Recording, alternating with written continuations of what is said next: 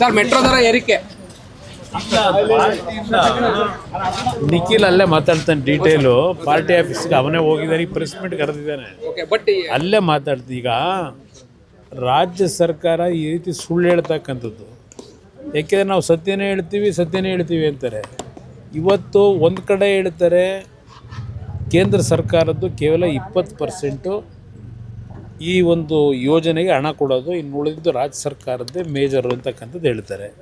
ಈಗ ರಾಜ್ಯ ಸರ್ಕಾರ ಹೆಚ್ಚಿನ ಹಣವನ್ನು ಇದಕ್ಕೆ ಬಂಡವಾಳ ಹಾಕಿದಾಗ, ಕೇಂದ್ರ ಸರ್ಕಾರದ್ದು ಕೇವಲ 20% ಇದ್ದಾಗ, ಕೇಂದ್ರ ಸರ್ಕಾರದಲ್ಲಿಂದ ಈಗ ಅವ್ರ ಮೇಲೆ ದೋಷ ಏನು ಹೊರಡಿಸ್ತಾ ಇದ್ದಾರೆ. ಕೇಂದ್ರ ಸರ್ಕಾರ ಹೇಳಿದ್ದಾರೆ ಅದು ಅರ್ಬನ್ ಡೆವಲಪ್ಮೆಂಟ್ ಡಿಪಾರ್ಟ್ಮೆಂಟಿಗೆ ಬರುತ್ತೆ ಅಂತಕ್ಕಂಥದ್ದು ಏನು ಹೇಳ್ತಾ ಇದ್ದಾರೆ ಈಗ ರಾಜ್ಯ ಸರ್ಕಾರದಲ್ಲಿ.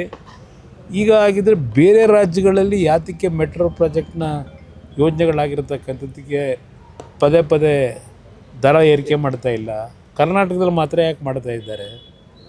ಇಲ್ಲಿ ಇವ್ರು ಹೇಳ್ತಕ್ಕಂಥದ್ದು ನಮ್ಮದು ಹೆಚ್ಚಿನ ಪಾಲಿದೆ ಬಂಡವಾಳ ಅಂತಕ್ಕಂಥ ಹೇಳೋರು, ಅಧಿಕಾರ ಇವ್ರಿಗಿದೆಯೋ ಅವ್ರಿಗಿದೆಯೋ ದರ ನಿಗದಿ ಮಾಡೋದು. ಅದರಿಂದ ಮುಖ್ಯಮಂತ್ರಿಗಳ ಈ 2.5 ವರ್ಷದಿಂದ ಪ್ರತಿಯೊಂದು ವಿಷಯಗಳನ್ನು ಇವ್ರು ಮಾಡ್ತಕ್ಕಂಥ ಹಲವಾರು ತಪ್ಪು ನಿರ್ಣಯಗಳು, ಜನವಿರೋಧಿ ನೀತಿನ ಕೇಂದ್ರ ಸರ್ಕಾರದ ಮೇಲೆ ಆಗ್ತಕ್ಕಂಥ ಚಾಳಿ ಇವರಿಗೆ.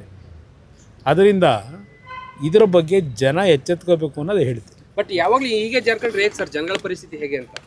ಜನಗಳ ಪರಿಸ್ಥಿತಿ ಇದು ಕೊಡ್ತಾವ್ರಲ್ಲ, ಅದೆಂಥದ್ದು ಗ್ಯಾರಂಟಿ ಸ್ಕೀಮು, ಅದರಿಂದ ಅವ್ರನ್ನೆಲ್ಲ ಬದುಕಿಸ್ತಾ ಇದ್ದಾರೆ. ಅವ್ರಿಗೆಲ್ಲ ಆರ್ಥಿಕವಾಗಿ ಶಕ್ತಿ ತುಂಬಿದ್ದೀವಿ ಅಂತ ಹೇಳ್ತಾರಲ್ಲ. ಕರ್ನಾಟಕ ರಾಜ್ಯದಲ್ಲಿ ಪರ್ ಕ್ಯಾಪಿಟ ಇನ್ಕಮ್ ಇರ್ಬೋದು, ಅವರ ಬಡವರಿಗೆ ಆರ್ಥಿಕ ಶಕ್ತಿಯನ್ನು, ಸ್ವಾಭಿಮಾನದ ಬದುಕನ್ನು ಈ ಗ್ಯಾರಂಟಿಯಿಂದ ಕೊಟ್ಟಿದ್ದೀವಿ ಅಂತ ಪದೇ ಅಡ್ವರ್ಟೈಸ್ಮೆಂಟು ಕೊಡ್ತಾ ಇದ್ದಾರೆ. ಜನಕ್ಕೇನು ತೊಂದರೆ ಇಲ್ಲ, ಜನ ಆರ್ಥಿಕವಾಗಿ ತುಂಬ ಚೆನ್ನಾಗಿದ್ದಾರೆ ಅನ್ನೋದು ರಾಜ್ಯ ಸರ್ಕಾರದ ಭಾವನೆ. ಅದರಿಂದ ಅವ್ರು ಏನೇ ದರ ನಿಗದಿ ಮಾಡಿದ್ರು ಜನ ಸಂತೋಷವಾಗಿ ಕೊಡ್ತಾರೆ ಅಂತಕ್ಕಂಥದ್ದು ಮುಖ್ಯಮಂತ್ರಿಗಳು ಮತ್ತು ರಾಜ್ಯ ಸರ್ಕಾರದ ಆ ಒಂದು ಭ್ರಮೆಯಲ್ಲಿದ್ದಾರೆ. ಜನ ತೀರ್ಮಾನ ತಗೋಬೇಕು. ಸರ್ಕಾರ ಸರ್ ಹೈಕಮಾಂಡ್ ಎಷ್ಟು ಹೇಳಿದ್ರು ಸರ್ ಮೆಟ್ರೋ ದರ ಏರಿಕೆ ನಿಖಿಲ್ ಅಲ್ಲೇ ಮಾತಾಡ್ತಾನೆ ಡೀಟೇಲು.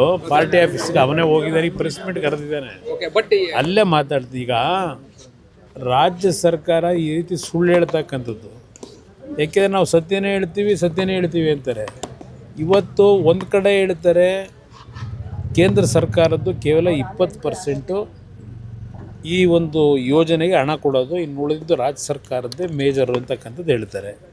ಈಗ ರಾಜ್ಯ ಸರ್ಕಾರ ಹೆಚ್ಚಿನ ಹಣವನ್ನು ಇದಕ್ಕೆ ಬಂಡವಾಳ ಹಾಕಿದಾಗ, ಕೇಂದ್ರ ಸರ್ಕಾರದ್ದು ಕೇವಲ 20% ಇದ್ದಾಗ, ಕೇಂದ್ರ ಸರ್ಕಾರದಲ್ಲಿಂದ ಈಗ ಅವ್ರ ಮೇಲೆ ದೋಷ ಏನು ಹೊರಡಿಸ್ತಾ ಇದ್ದಾರೆ. ಕೇಂದ್ರ ಸರ್ಕಾರ ಹೇಳಿದ್ದಾರೆ ಅದು ಅರ್ಬನ್ ಡೆವಲಪ್ಮೆಂಟ್ ಡಿಪಾರ್ಟ್ಮೆಂಟಿಗೆ ಬರುತ್ತೆ ಅಂತಕ್ಕಂಥದ್ದು ಏನು ಹೇಳ್ತಾ ಇದ್ದಾರೆ ಈಗ ರಾಜ್ಯ ಸರ್ಕಾರದಲ್ಲಿ. ಈಗ ಆಗಿದ್ದರೆ ಬೇರೆ ರಾಜ್ಯಗಳಲ್ಲಿ ಯಾತಕ್ಕೆ ಮೆಟ್ರೋ ಪ್ರಾಜೆಕ್ಟ್ನ ಯೋಜನೆಗಳಾಗಿರ್ತಕ್ಕಂಥದ್ದಕ್ಕೆ ಪದೇ ದರ ಏರಿಕೆ ಮಾಡ್ತಾ ಇಲ್ಲ, ಕರ್ನಾಟಕದಲ್ಲಿ ಮಾತ್ರ ಯಾಕೆ ಮಾಡ್ತಾ ಇದ್ದಾರೆ?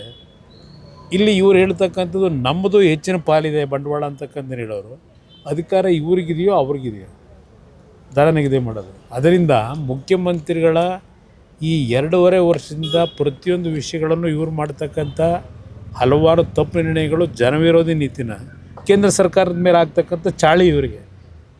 ಅದರಿಂದ ಇದರ ಬಗ್ಗೆ ಜನ ಎಚ್ಚೆತ್ಕೋಬೇಕು ಅನ್ನೋದು ಹೇಳ್ತೀನಿ. ಬಟ್ ಯಾವಾಗಲೂ ಹೀಗೆ ಜಾರ್ಖಂಡ್ ಹೇಗೆ ಸರ್ ಜನಗಳ ಪರಿಸ್ಥಿತಿ ಹೇಗೆ ಅಂತ?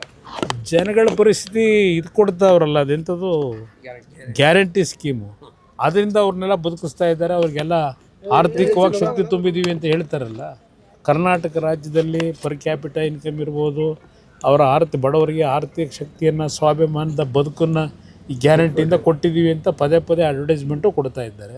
ಜನಕ್ಕೇನು ತೊಂದರೆ ಇಲ್ಲ, ಜನ ಆರ್ಥಿಕವಾಗಿ ತುಂಬ ಚೆನ್ನಾಗಿದ್ದಾರೆ ಅನ್ನೋದು ರಾಜ್ಯ ಸರ್ಕಾರದ ಭಾವನೆ. ಅದರಿಂದ ಅವ್ರು ಏನೇ ದರ ನಿಗದಿ ಮಾಡಿದ್ರು ಜನ ಸಂತೋಷವಾಗಿ ಕೊಡ್ತಾರೆ ಅಂತಕ್ಕಂಥದ್ದು ಮುಖ್ಯಮಂತ್ರಿಗಳು ಮತ್ತು ರಾಜ್ಯ ಸರ್ಕಾರದ ಆ ಒಂದು ಭ್ರಮೆಯಲ್ಲಿದ್ದಾರೆ. ಜನ ತೀರ್ಮಾನ ತಗೋಬೇಕು. ಸರ್ಕಾರ ಸರ್ ಹೈಕಮಾಂಡ್ ಎಷ್ಟು ಹೇಳಿದ್ರು. ಹೆಚ್ಚಿನ ವಿಡಿಯೋಗಳಿಗೆ ಪ್ರತಿಧ್ವನಿ ಯೂಟ್ಯೂಬ್ ಚಾನೆಲ್ ಸಬ್ಸ್ಕ್ರೈಬ್ ಮಾಡಿ, ಬೆಲ್ ಐಕಾನ್ ಕ್ಲಿಕ್ ಮಾಡಿ.